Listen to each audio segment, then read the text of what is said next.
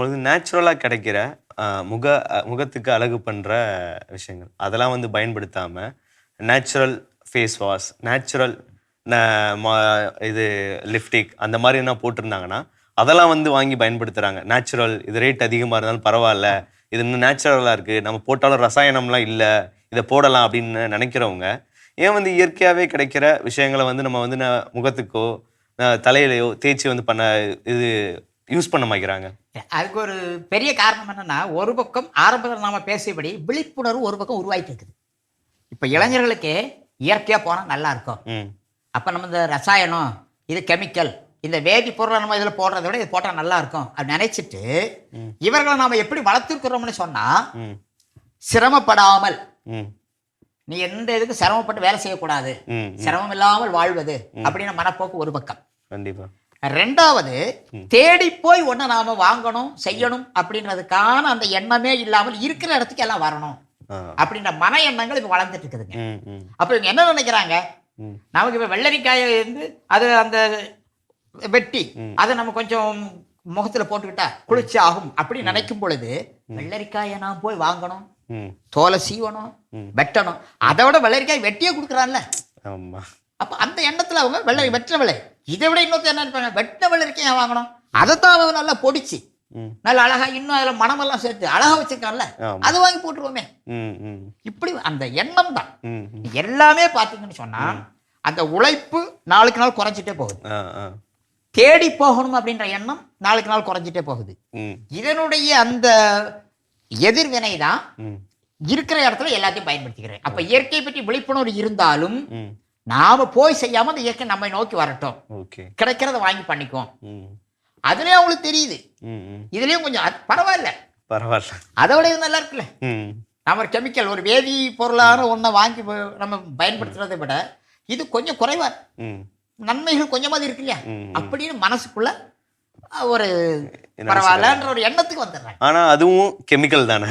ஆமா, நிறைய பேருக்கு தெரியுது. என்ன நினைக்கிறாங்கன்னா, நேரடி கெமிக்கலை விட இது கொஞ்சம் இயற்கையான கெமிக்கலாக வரணும், இயற்கை கலந்துருக்கு இல்லையா, அதனால கொஞ்சம் அப்படி நினைக்கிறாங்க. ஆனா இப்ப அப்படி கிடையாதுங்க. ஆனா பேரளவுக்கு தானே அது வந்து இருக்கு, பேரளவு கூட இல்லாமல் தான் பெரும்பாலும் வருது. 100 விழுக்காடுமே ரசாயனமாக்கிட்டு பாக்கும்போது நேச்சுரலையும் போடுறாங்க, ஆர்கானிக்னு போடுறாங்க. இப்ப நான் ஆர்கானிக் நேச்சுரல் வரக்கூடிய எல்லாம் நீங்க எடுத்து பாத்தீங்கன்னா 90 விழுக்காடு முழுமையான ரசாயனம் தாங்க, வேதிப்பொருள் கெமிக்கல் தாங்க. அது அந்த ஃப்ளேவர் மட்டும் சேர்த்து அந்த ஸ்மெல் வந்தோடனே அதை வந்து இயற்கைன்னு சொல்லி மாத்திடுறாங்க. உணவுப் பொருள் அப்படி வந்துருச்சு இல்லைங்களா, எல்லாமே அப்படி மாத்திட்டாங்க. ஆமா ஆமா. அப்ப இவர்களுக்கு முதல்ல அதை பிரித்து பார்க்கக்கூடிய ஒரு திறன் இல்லை. அப்படி இல்லை. ரெண்டாவது, அந்த மாதிரி ஒரு இது இருந்தால் கூட சிரமப்பட்டு நம்ம போய் இயற்கையோட போய் வாங்கி செய்யறதுக்கு உழைப்பை கொடுக்கணும் அப்படின்ற எண்ணம் இல்லை. அதையும் தாண்டி வரும்பொழுது உட்கார்ற இடத்துல வாங்கும் பொழுது நேரடியான ஒரு ரசாயனத்தை விட இது கொஞ்சம் குறைவான ஒண்ணு அப்படின்னு திருப்தி பட்டுக்கிறாங்க, மனதிற்குள்ள அவங்க நிறைவடைஞ்சுக்கிறாங்க. அப்படிதான் பார்க்கணும். ஆனா வந்து இதை பயன்படுத்தி பெரிய பெரிய பிராண்ட் எல்லாம் வந்து கிரியேட் ஆகி அது வந்து பெரிய இதை சுத்தி வந்து ஒரு பெரிய பிசினஸ் இருக்குன்னு நினைக்கிறேன், பெரிய வணிகம் அது. ஆனா வந்து பாத்தீங்கன்னா அது வந்து விவசாயிகளுக்கு அதெல்லாம் வந்து போய் சேருது. அதாவது வந்து பாத்தீங்கன்னா இப்ப ஒரு ஏதாவது ஒரு ப்ராடக்ட் எடுத்துட்டோம்னா ஒரு விவசாயிட்ட வந்து கொள்முதல் பண்ணி அதை வந்து அரைச்சி அதை வந்து ஒரு க்ரீமாவோ ஒரு எண்ணெயாவோ செய்யும்போது பார்த்தீங்கன்னா அந்த விவசாயிக்கு வந்து உதவிகரமாக இருக்கும். ஆனால் வந்து இப்போ வந்து கெமிக்கல் யூஸ் பண்ணி அந்த மாதிரி ஃப்ளேவர்ஸை யூஸ் பண்ணி வர வச்சிடுறாங்க. இப்போ வந்து ஒரு தேங்காய் இருக்குன்னா தேங்காவை அரைச்சி நம்ம இது பண்ணால் தேங்காய் வாசம் வரும் தேங்காய் எண்ணெயில். ஆனால் வந்து இப்போலாம் வந்து பார்த்தீங்கன்னா அந்த மாதிரி கெமிக்கல் யூஸ் பண்ணி அந்த ஃப்ளேவரை வந்து வர வைக்கிறனால அதோட இயற்கையிலேருந்து வாங்கி அந்த விவசாயிகிட்ட போகிற வருமானமும் போகுதா? இல்லை, விவசாயிகளை பொறுத்த அளவில் நீங்கள் எப்பொழுதுமே இப்போ இருக்கிற சூழ்நிலைக்கு பெருந்தொழில் சிறுதொழில் ரெண்டையும் பார்த்தீங்கன்னு சொன்னா சிறுதொழில் வாழவே முடியாதுங்க, விவசாயிகள் வாழவே முடியாது. ஏன்னு சொன்னா பெருந்தொழில் தொடர்பான ஆதிக்கம் வலுப்பட்டுட்டே இருக்குங்க. அவங்க என்ன பண்றாங்க, 10 ரூபாய்க்கு ஒரு பொருளை தயாரிச்சு 100 ரூபாய்க்கு விற்கிறாங்க. இவங்க 10 ரூபாய்க்கு ஒரு பொருளை தயாரிச்சு 12 ரூபாய்க்கு விற்க முடியல. கண்டிப்பா. இப்ப அதான் சிக்கலுங்க. அது காரணம் ஏற்கனவே நம்ம பேசினபடி எல்லாருக்குமே மன எண்ணங்கள் என்னன்னா, ஒரு பிராண்டா இருக்கட்டும், பெரிய முத்திரை இருக்குதுல, பாக்குறதுக்கு பெரிய விளம்பரங்கள் வருது, அந்த மாதிரியான ஒரு எண்ணத்துல விளம்பரங்களை பார்த்து அது சரி. ஏன்னா இவங்க மனப்போக்கே என்னன்னா வெறும் நவீனங்களை மட்டுமே நம்பி வாழ்ந்துட்டாங்க. இயற்கையோடு போகாமல் இந்த வளர்ச்சிக்கான நவீனத்தை மட்டுமே பார்த்து வளர்றதுனால இதுல சொல்லக்கூடியது நல்லது. இப்ப குறிப்பா மற்றவர்களுக்கு அது ஒரு மனசுக்கு ஒரு சிரமமா கூட இருக்கும். மருத்துவத்தை எடுத்துக்கோமே, இப்ப ஆங்கில மருத்துவம் சித்த மருத்துவம் அப்படி நீங்க பாத்துக்கங்க. ஆமா. ஒரு சித்த மருத்துவத்தை அல்லது ஒரு ஹோமியோபதி மருத்துவத்தை ஒரு ஆயுர்வேத மருத்துவத்தை நீங்க போனீங்கன்னா ஒரு யுனானி டாக்டர் போனீங்கன்னு சொன்னா அப்படி கையை பிடிச்சு பாக்குறாங்க, இல்ல உங்கள்ட்ட எல்லாம் பேசுறாங்க, அப்படி கொஞ்சம் உடம்பெல்லாம் தட்டு இது இப்படி பாக்குறாங்க. பார்த்துட்டு உங்க நோய்க்கு என்னென்ன இருக்குது நீங்க இப்படி செய்யுங்க அப்படின்னு சொல்லிடுவாங்க. ஆமா. அதே நேரத்துல நம்முடைய ஆங்கில மருத்துவமனை அலோபதியில போனீங்கன்னு சொன்னா நீங்க போன உடனே உங்களுக்கு என்ன செய்யுது? டாக்டர் இருமலா இருக்குது, வேற தலைவலி வருது. சரி, அப்ப ஒண்ணு பண்ணுங்க, நீங்க இந்த ஸ்கேன் எடுத்துட்டு வந்துருங்க, இந்த பிளட் டெஸ்ட் பண்ணிருங்க அப்படின்னு அவங்க அனுப்பிடுறாங்க. ஆமா. அவங்க அந்த எந்திரங்கள் வந்து இதை பார்த்து என்ன முடிவு பண்ணுகிறதோ அதை பார்த்துட்டு மருந்து கொடுக்குறாங்க.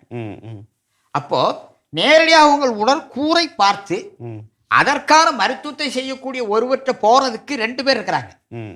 ஆனா எந்திரங்கள் கணிச்சு அந்த எந்திரங்கள் சொல்லக்கூடியதை பார்த்து மருந்து கொடுக்கக்கூடிய 98 பேர் இருக்கிறாங்க. கண்டிப்பா சார். அப்ப மன எண்ணம் எப்படி இருக்குன்னு சொன்னா இந்த நவீன எந்திரம் சொல்றதும் சரி சரி. ஆமா.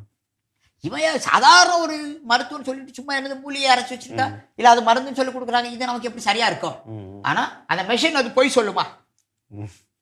நவீன அறிவியல் கண்டுபிடிப்பு இல்லைங்களா? அப்ப நம்ம ரத்தம் அதுல பண்ணோம்னு அது சொல்லக்கூடியதான் சரி. அதே நேரத்துல நீங்க உங்க ரத்தத்தை 4 இடத்துல கொண்டு போய் நீங்க கொடுங்க, 4 விதமா சொல்லணும். கண்டிப்பா சார். அப்ப அதெல்லாம் உங்களுக்கு தெரியாதுங்க. இந்த எண்ணம் என்ன, மன எண்ணம் என்னன்னா நவீனத்தை நோக்கி போகும் பொழுது இந்த மருத்துவம் சரின்னு சொல்லி நினைக்கிறாங்க. அதை போலதான் வாழ்க்கையில்.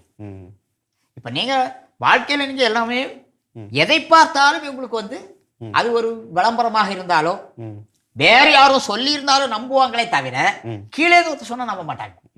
அப்படி ஒரு இது வந்தாச்சு. அதனால காலப்போக்கில் மாற்றத்தை ஏற்படுத்துவதற்கு இது சரியான நேரம். ஏன்னா உலகம் முழுவதுமே இப்ப வந்து அடுத்த கட்டத்தை நோக்கி நகர்வதற்கு பொருளாதார ரீதியா நான் சொல்றேன், ஒரு பொருளியல் கட்டமைப்பை வலுவாக்குவதற்கு என்ன செய்ய தெரியாம இருக்கிறாங்க. 2வது இயற்கையாக வாழ்வது எப்படின்ற ஒரு சிந்தனை எல்லாரும் வந்துட்டு இருக்குது. அது இளைஞர்கள் இப்ப வருது. ஏன்னா கீழே இருந்து வரல. இப்ப இளைஞர்களுக்கு கீழே இருந்து அந்த இயற்கையை நோக்கி விழிப்புணர்வு வரல. மேல் மட்டத்துல இப்ப உலகளாவை பேசுறாங்க. இன்னைக்கு வந்து வெப்ப தாக்குதல் அதிகமாகுது, அதை குறைக்கணும். அதுல இயற்கையாக இருக்க இந்த இயற்கை பேரிடர்கள் வரக்கூடியதுனால அதை மாற்றுவதற்கு கொஞ்சம் இயற்கை தன்மையோடு நாம சில இதுகள் பண்ணணும், மரம் செடி கொடிகள் வளர்க்கணும், இப்படி பல்வேறு நிலைகள் மேல சொல்லும் பொழுது அதுதான் எடுபடுது. கண்டிப்பா சார். அப்ப இவர்கள் எதை நம்புகின்றார்களோ எதை ஏற்றுக்கொள்கின்றார்களோ அந்த தளத்தில் இருந்து அவர்களுக்கு கருத்துக்கள் போகணும். அப்ப ஏற்றுக்குவாங்க.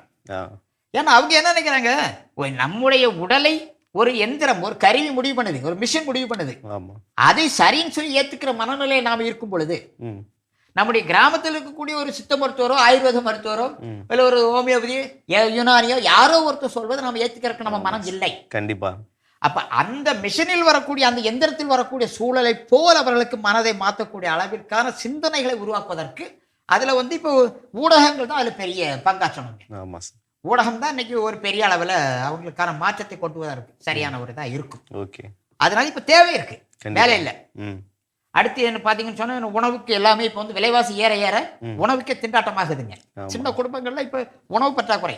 குறிப்பா பாத்தீங்கன்னா இன்னைக்கு இந்தியாவில் வந்து மக்கள் வாழ்வதற்கு பெரும்பகுதி அவர்களுக்கு அரிசி கோதுமை போன்றவர்கள் விலையில்லாமல் கொடுக்கிறது தான் இன்னைக்கு நிறைய குடும்பங்களை காப்பாத்திட்டு இருக்கு. கண்டிப்பா. வெளியே தெரியல, வெளியே எல்லாருமே இலவசம் அது தப்பு அப்படின்னா, இலவசம் எங்க தப்புன்னு இருக்கிறவங்களுக்கு இலவசம் கொடுக்கறது தப்பு, அது தவறு. இல்லாதவங்களுக்கு கொடுக்கறதுனால தான் அந்த நாட்டுல எல்லாருமே இன்னைக்கு கொஞ்சமாவது வாழ்ந்துட்டு இருக்கிறாங்க. அப்படிதான் சூழல இருக்குது. எல்லாருக்கும் வேலை இல்லைங்க. 100 நாள் வேலை வந்து ஒரு ஆண்டுக்கு 100 நாள் தான் வேலை. அதை எதிர்பார்த்து எத்தனை குடும்பங்கள் இருக்கு? ஆனா எதிர்பார்த்து நிறைய குடும்பங்கள் இருக்கும்போது ஆனா அந்த வேலை வந்து கரெக்டா நடக்குதா? 100 நாள் வேலை திட்டம் அதெல்லாம் வந்து பாத்தீங்கன்னா இல்லைங்க. அதை யார் செய்யணும்? அதைத்தான் நான் ஆரம்பத்தை சொல்றேன். உங்களுக்கு பெருந்தொழில்களுக்கு ஆதரவாக சிறு தொழில்களை அழிப்பதற்கு ஒரு கட்டமைப்பே வேலை செய்யுது, பெரிய நிறுவனங்கள் வேலை செய்கிறது. அரசுகள் அதுக்கு துணை போகும் பொழுது ஆரம்பத்திலிருந்து ஒரு வேலையை ஒப்படைச்சு இந்த வேலை செய்யணும் அப்படின்னு சொல்லி சொன்னா தானே சரியாக இருக்கும். முதல்லயே என்ன பண்றாங்கன்னா அந்த வேலை அறகுறையா ஒப்புக்கு கடமைக்கு ஒரு வேலையை காட்டுவதற்கு ஒரு வேலை. 2வது பணம் கொடுக்கிறவர் அதுல கொஞ்சம் பணத்தை எடுத்துக்கிறது. அடுத்து வேலை நடக்கிறதுல வந்து 10 நாள் வேலைன்னா 15 நாள் வேலையை எழுதி அடுத்து பணத்தை எடுத்துக்கிறது. 100 நாள் வேலை திட்டம் வந்து நடக்குது, ஆனா சரியான முறையில் அது நடக்கல. இந்த 100 நாள் வேலை இவ்வளவு நாள் நடந்தது விவசாயத்துக்கு வேளாண்மைக்கு மட்டும் பயன்பட்டு இருந்தால் நாடு இன்னைக்கு மிகப்பெரிய அளவுல நல்லா வளர்ந்துருக்கு. இப்ப 100 நாள் வேலை திட்டத்துக்கு அதாவது வந்து பாத்தீங்கன்னா விவசாயம் வந்து பண்றவங்க கூட இன்னைக்கு வாங்கப்பா வயல்ல வேலை இருக்கு அப்படின்னு சொல்லி கூப்பிடும்போது, இல்ல நான் 100 நாள் வேலை திட்டத்துக்கு போறேன் அப்படின்னு சொல்றவங்க ரொம்ப அதிகமான வேலை. ஏன்னா அங்க போனா உங்களுக்கு வந்து சும்மா ஒரு 1/2 மணி நேரம் 1 மணி நேரம் சின்ன சின்ன வேலை செய்து உட்கார்ந்தா போதும் இல்லைங்களா? இங்க நீங்க கடினமா வேலை செய்யணும் இல்லைங்களா? ஆமா. அப்ப பழக்கப்படுத்துறாங்க. அதாவது ஆரம்பத்திலேயே அந்த மனசை எப்படி மாத்துறாங்கன்னா, உழைப்பில் இருந்து வெளியேற்றுவது. கண்டிப்பா. அப்ப நாம உழைக்கணும் அப்படின்ற எண்ணத்தில் இருந்து அவர்களை மாற்றுவது. ம், ம், நாளாக நாளாக இவங்க உழைக்கிறதுக்கே போக மாட்டாங்க. ம், அப்புறம் வேற எங்கேயா வேலை கிடைக்கான்னு மாறிடுவாங்க. இப்படித்தான் அவங்களை மாற்றக்கூடியது. ம், ம். அப்ப அந்த எண்ணங்கள் இப்போ அதிகமா வளர வளர சிக்கல் வருது. ஓகே. அப்ப அந்த சிக்கலை தேவையின் அடிப்படையில் மாற்றுவது. இப்ப வேலை இல்ல, ம். வேலைக்கு போய் தான் ஆகணும். ஆமா. அப்ப என்ன செய்வது? ம், அப்ப உனக்கு ஏத்த ஒரு வேலையை எடுத்துக்கோ அப்படி சொல்லி ஆமா இப்ப சூழலுக்கு ஏத்தோடி மாற்றுவது. ம். இப்ப இந்த 100 நாள் வேலை திட்டம் வந்து பாத்தீங்கன்னா, சரியான நடைமுறையில வந்து நடக்கல. அதை வந்து ஏன் விவசாயத்துக்கு அவங்கள வந்து பயன்படுத்தக்கூடாது? இப்போ வந்து கவர்மெண்ட் வந்து 100 நாள் வேலை திட்டம் நடத்துறாங்க. இப்போ கிராமப்புறங்கள்லாம் அதிகமாக இந்த 100 நாள் வேலை திட்டமே நடக்குது. கவர்மெண்ட் வந்து பார்த்தீங்கன்னா, இந்த 100 நாள் வேலை திட்டம் செய்கிறவங்கள இப்போ ஒரு வயல் வச்சிருக்காங்கன்னா, இவங்களுக்கு எத்தனை பேர்ப்பா வேலைக்கு வேணும் அப்படின்னு சொல்லி அவங்க இந்த மாதிரி வேலைக்கு அனுப்பிச்சாங்கன்னா, விவசாயிகிட்ட இருந்து இவங்களுக்கு வந்து பார்த்தீங்கன்னா, அரசுக்கு வருமானம் வரும். அதே சம்பளத்தை இவங்களுக்கும் கொடுக்கலாம். நம்ம நாடும் வளரும், விவசாயமும் நல்லா வளரும். அந்த மாதிரி ஏன் வந்து இந்த மாதிரி இன்னும் எதுவும் பண்ணாம இருக்காங்க?